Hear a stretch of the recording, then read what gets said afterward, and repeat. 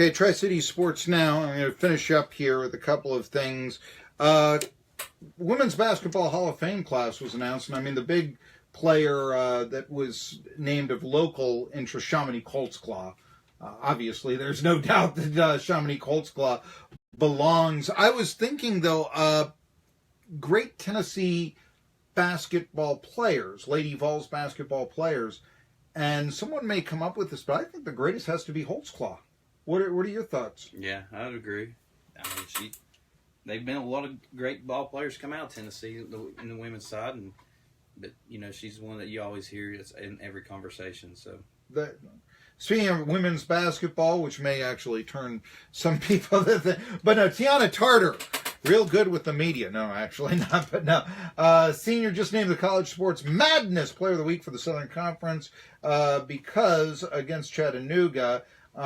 Which ETSU, by the way, swept for the first time since in 20 years, since Karen Kemp, who was from Chattanooga, came up to Johnson City.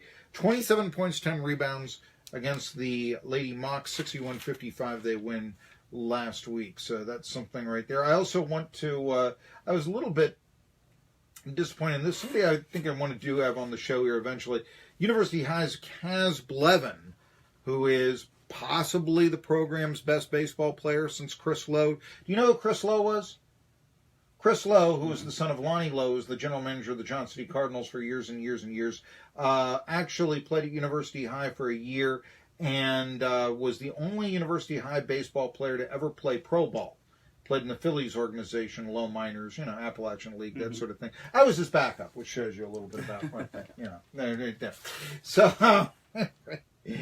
But Kaz Blevin signs with Emory and Henry, and I thought that, some people were talking about him as possibly a guy who could get drafted. I thought that he could do a little bit better than a small school in Southwest Virginia, to tell you the truth. But he signs there, plays senior year with the Junior Bucks coming up. I guess that's, Class A baseball, and it's very difficult to get a look, even if you have talent and such. And he had 500 and at a real low. Yeah, I mean, you'd think somebody UH would get first looks from ETSU.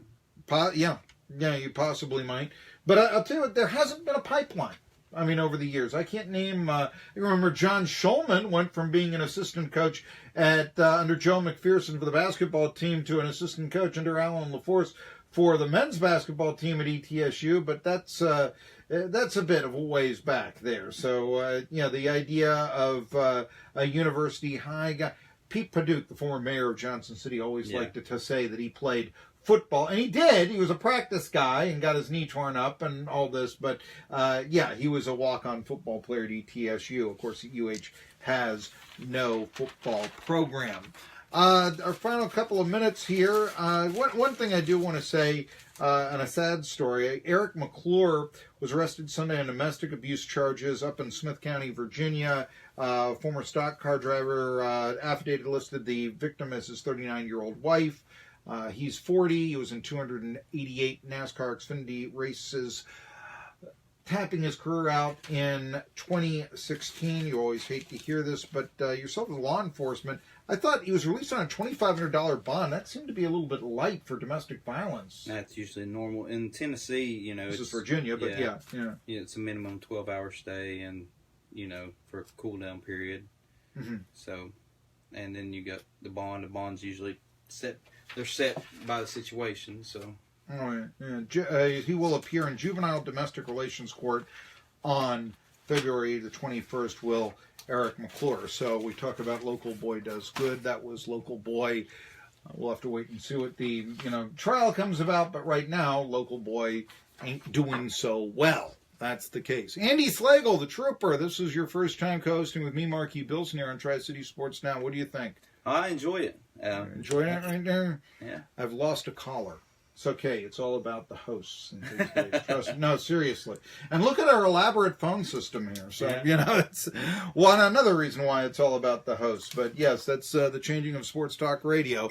30 years ago, Pete Franklin talked to more fans than anyone. Nowadays, you want to hear what we have to say. Trust me.